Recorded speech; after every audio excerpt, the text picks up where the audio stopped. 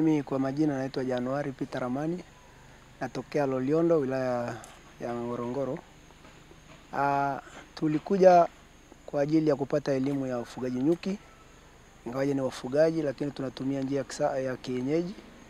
Lakini kwa mafunzo ambayo tumeyapata, tunaenda kubadilisha namna ya ufugaji na kupata mazao ambayo yataendana na ufugaji ambao tunaenda kuendesha, ambao ni ufugaji wa kisasa.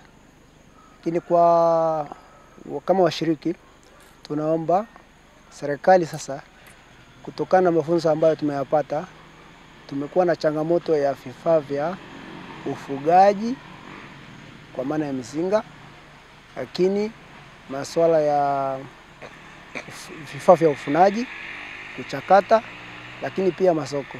Kwa hiyo tunaomba serikali baada ya kujifunza na kupitia haya yote tuliyopata, waweze kutuwezesha hivyo vifaa vya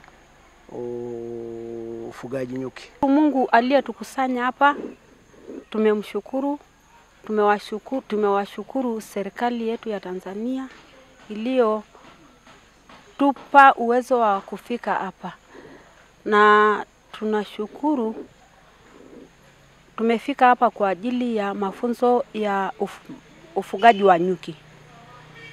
Tumepata mafunzo kabisa, tumepata mazuri ambayo yametujenga, na tunamshukuru Mungu atupe jinsi ya kwenda kuwafikisha wenzetu tuliowaacha huko.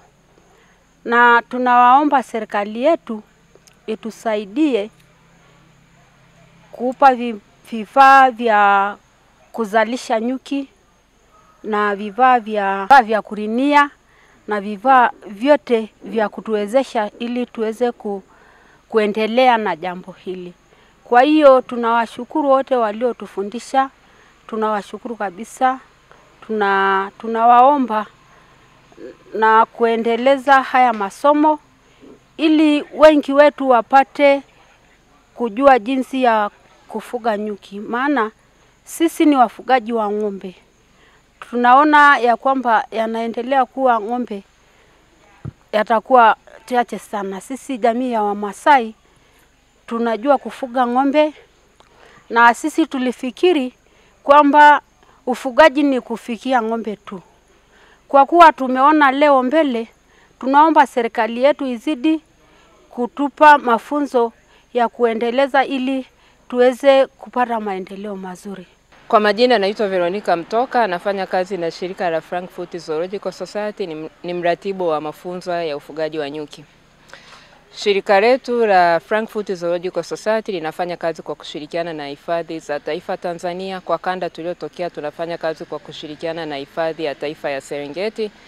Kwa hiyo tunafanya kazi na wananchi walio pembezoni mwa hifadhi za taifa, kwa sababu ni wananchi ambao tunafanya nao kazi ili waweze kusapoti shughuli zote zinazohusiana na uhifadhi. Vile vile tuna miradi ambayo inafanya kazi ndani ya hifadhi na tuna miradi ambayo inafanya kazi nje ya hifadhi.